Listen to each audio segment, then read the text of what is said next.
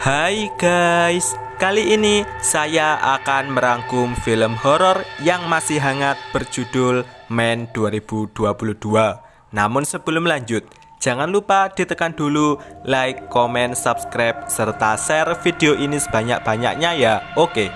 Scene diawali Harper yang menyaksikan langsung suaminya bernama James melakukan bunuh Dirman. Karena syok, ia healing menuju tempat yang jauh dari kota dan sampai di sebuah villa. Baru sampai, Harper mencicipi apel, kemudian disambut pemilik villa bernama Geoffrey. Ia dipersilahkan mencicipi teh dan Harper langsung ke dapur. Terlihat Geoffrey membawakan barang-barang Harper. Apple from the garden? Yeah, it was delicious. Lebih lanjut, Geoffrey mengajak Harper berkeliling villa menunjukkan berbagai ruangan di lantai dasar. Sedangkan di lantai 2 terdapat kamar mandi mewah dan kamar tidur utama. Pekerjaan beres, Geoffrey memberikan kunci kemudian pamit pulang. Harper lanjut video call sahabatnya bernama Riley untuk sedikit curhat. I implied I was divorced. Karena sinyal jelek, mereka udahan. Scene flashback ketika Harper minta cerai sehingga James mengancam akan bunuh Dirman. No, James, just please. Stop saying please, Harper! Harper pun keluar villa dengan jalan kaki.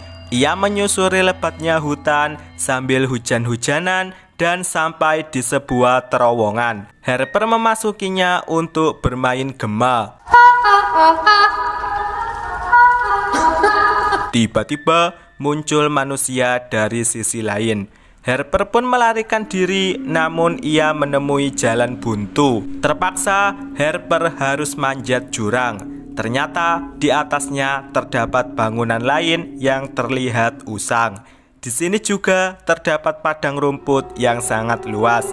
Harper pun mengabadikan momen ini dengan kamera iPhone-nya. Sekali lagi, Harper melarikan diri. Scene flashback ketika Harper menyaksikan mayat James dalam kondisi tertusuk pagar. Sambil mandi kumkum, Harper meneliti hasil fotonya. Ia lanjut gosok gigi, kemudian main piano. Masih bosan, Harper mengiris jeruk, membuka laptop, kemudian video callan lagi dengan Riley. Ia memamerkan keseluruhan ruangan dalam villanya. Tiba-tiba, pria telanjang muncul. Harper pun menelpon 911.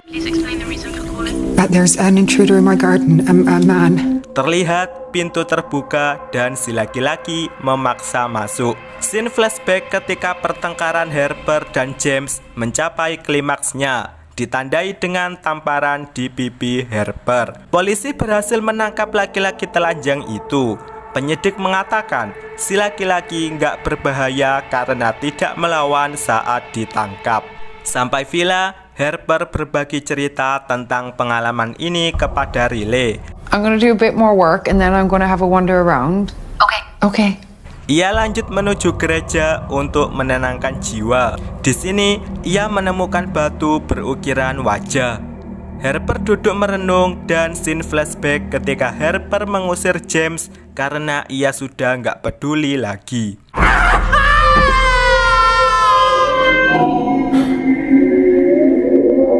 Emosi mereda, Harper keluar dan bertemu pria bertopeng bernama Samuel yang mengajak main petak umpet. Datanglah pendeta dan langsung mengusir Samuel.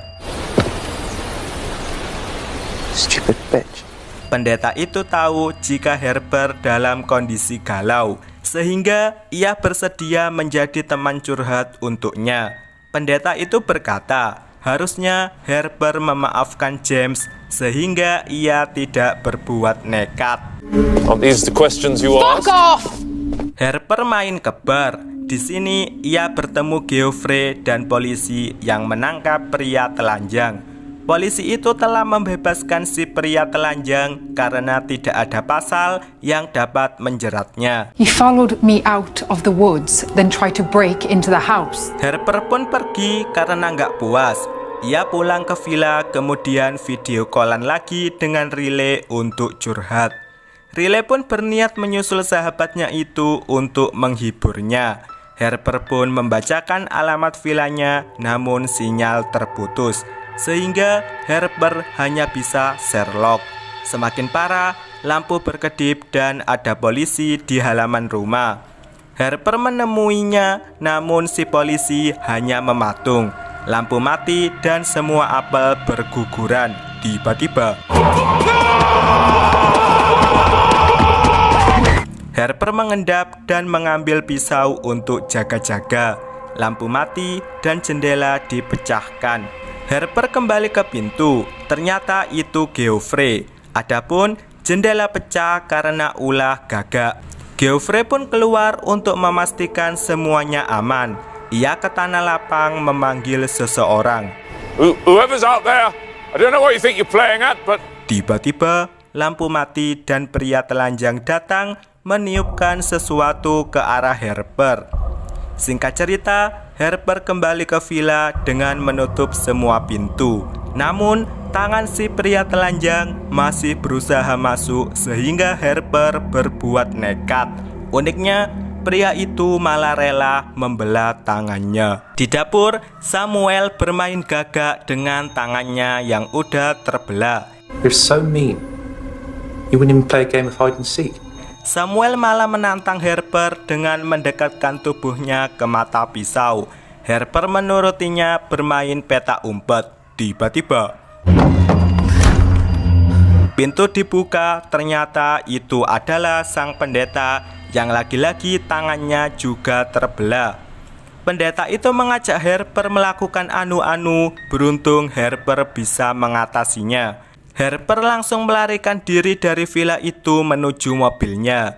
Di perjalanan, tak sengaja ia menabrak Geoffrey. Geoffrey yang mengetahui hal ini langsung merebut mobil Harper untuk gantian menabraknya. Seketika, Geoffrey berubah menjadi laki-laki telanjang yang kini menggunakan topeng. Laki-laki telanjang itu melahirkan dari dubur berupa Samuel. Siklus berulang ketika Samuel melahirkan dari pusar berupa si pendeta.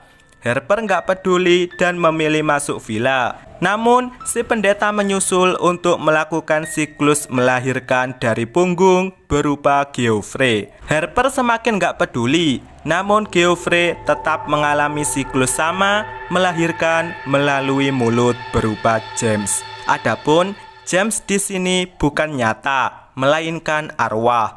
Tujuan James datang adalah untuk meminta cintanya Harper. Di ending, Riley sudah sampai di villanya Harper. Ia menyaksikan Harper yang menyendiri di taman. Film pun berakhir. Pesan moral dari film ini yaitu bawalah cintamu sampai ke alam barzah, karena cinta sejati hanya terjadi sekali seumur hidup. Oke, film ini mendapat 6,1 dari IMDb. Untuk rating versi saya beri nilai 6,5. Sampai di sini rangkum film Men 2022 dan see you next video.